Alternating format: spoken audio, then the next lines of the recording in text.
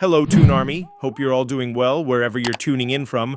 Whether you're watching from the stands at St. James's Park, your living room, or the pub down the street, I've got some fresh and exclusive insights straight from the heart of Newcastle.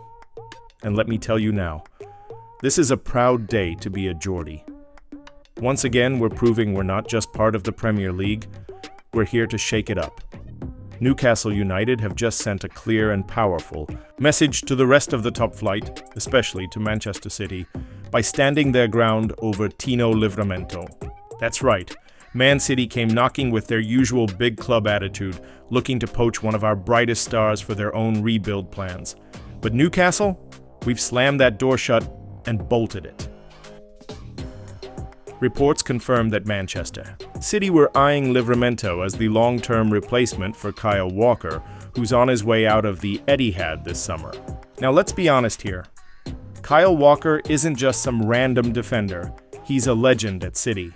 6 Premier League titles, Champions League winner, and one of the most reliable fullbacks in the game. Replacing him isn't a small task, and City thought they had found their man in our very own Tino. But here's the kicker. Newcastle refused to even consider selling. According to Give Me Sport, the club is adamant that Livramento is not for sale. Not for any price, not for any club, and definitely not to a direct Premier League rival. Talk about loyalty to the project. The influential voices inside St. James's Park are confident, and rightly so, that Tino is staying put. This isn't just a win in the transfer market. It's a statement. A declaration that Newcastle United are no longer a feeder club. We're not here to develop players so that other teams can swoop in when it suits them. Those days are behind us. We're building something special here on Tyneside, and Livramento is part of that future. Let's talk about Tino for a second. He's only 21 and already showing maturity beyond his years. Fast, smart, composed, and fearless going forward. Since joining us from Southampton, he's been an absolute revelation. Whether he's locking down the right flank or overlapping with attacking intent, he brings balance and versatility to the squad. His future is bright, and we're not about to let someone else enjoy the benefits of our investment and faith. And let's not ignore what this move says about the mentality of our board. This isn't just about one player. It's part of a bigger pattern. The same report reminds us that Alexander Isak, another target for top clubs, is also considered off-limits. No matter how much money you throw at us, some things aren't for sale. That includes the trust our fans place in this team and the project we're all so emotionally invested in. Now, for Man City fans out there, don't worry too much. You've got options. Apparently, you've drawn up a short list of 4 right-backs. But interestingly enough, the only name that was actually revealed from that list was Livramento. That speaks volumes about the kind of player we've got on our hands. They wanted him to lead the next era of their defense, and we said no. This is also a moment for Eddie Howe to feel proud. He's helping shape a team that isn't just full of talent, but full of backbone. A team that believes in its own destiny. Livramento's growth under Howe has been steady and impressive, and keeping him means our manager can continue developing him into a truly world-class fullback. You can't buy that kind of continuity, you have to earn it and protect it. We also know how hard it is to build chemistry in a squad. Selling key players every time a big offer comes in destroys that, but not Newcastle. Not now. The unity, the ambition, and the belief in this club, from ownership to the pitch to the fans, is what's driving us forward. Keeping Livramento isn't just a transfer decision. It's about identity. So the next time someone says Newcastle United are still in transition or not ready to compete with the big boys, just remind them, Manchester City wanted our right back to replace a legend. And we told them to. Jog on. We're not here to play along with the old rules of the Premier League. We're here to write our own story, and with players like Livramento, we're doing just that. Slowly but surely, we're becoming the club everyone else has to think twice about approaching. We're Newcastle United, the best team in the world, and don't you forget it.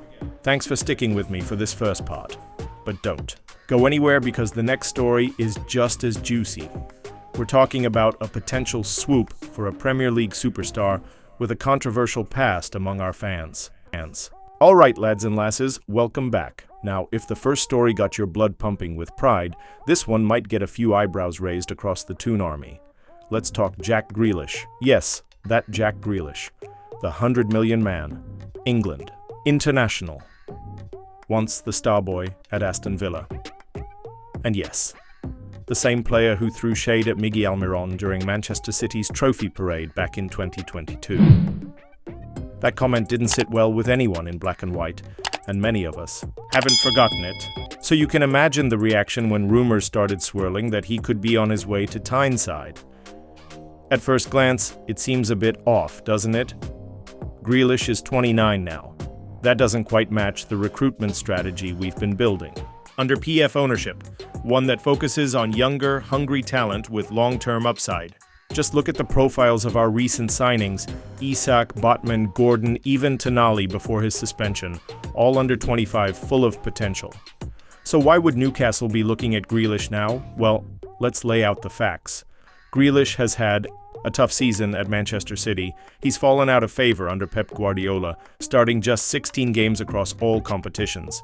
Despite Pep's public backing, he said he trusts Grealish unconditionally. It's clear the relationship isn't what it once was. And when you're not getting minutes at City, you know something's shifted. Reports from The Athletic say Grealish is likely to leave this summer, and Newcastle have been named as a potential landing spot. But, and it's a big but, a loan deal would be the most likely scenario. Now this is where it gets tricky, because Grealish's wages, they're massive. We're talking $300,000 per week according to Capology. To put that into perspective, our highest paid player, Bruno Guimaraes, earns $160,000 per week. Even if City agreed to cover part of that salary, he'd still arrive as one of the top earners in the squad. And that could shake things up in the dressing room. And let's be real, that's a risk. Team harmony has been one of Newcastle's biggest strengths under Eddie Howe. There's a sense of unity and equality, a shared hunger to take the club forward. You throw in a massive wage for a player who hasn't proven himself recently, it could backfire. That said, let's not forget who we're talking about. Grealish might be out of form, but the talent is still there. When he's fit and confident, he can drive with the ball, draw fouls, create chances, and change games. He's a proven Premier League player with bags of experience in high-pressure matches.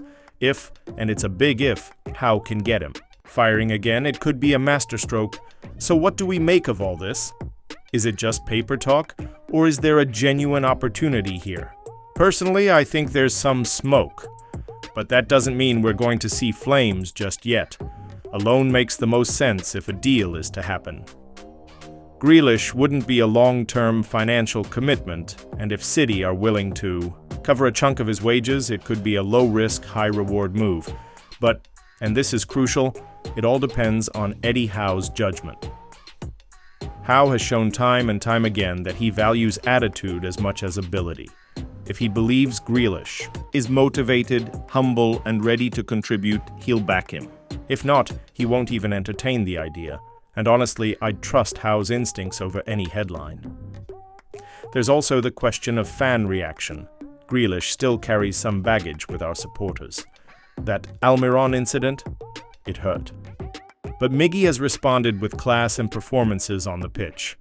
And if Grealish ever pulled on a black and white shirt, he'd have to win us over the same way. Not with flashy haircuts or Instagram posts, but with work rate, discipline, and a real commitment to the badge. And then there's the other link, James McAtee, another City player Newcastle are reportedly watching. Now that one fits the project much more neatly. Younger, versatile, and eager for minutes, exactly the kind of profile we've gone after in recent windows. But let's not get too sidetracked. This Grealish story isn't going away anytime soon. So what should Toon fans make of it all? Here's my take: don't panic, don't jump the gun, and most of all, trust the process. Our recruitment team hasn't let us down yet, and Eddie Howe, he knows what this squad needs better than anyone.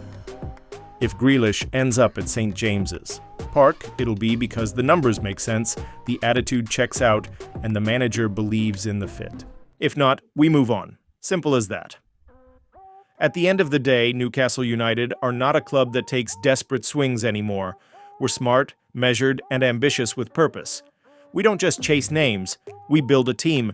So whether it's Tino Livramento staying or Grealish potentially arriving, one thing is clear: this club is on the rise, and we're doing it our way. That's all from me today, my fellow Magpies. If you enjoyed this update and want more honest, no-fluff coverage of the best team in the world, make sure to hit that like button, drop your thoughts in the comments, and don't forget to subscribe.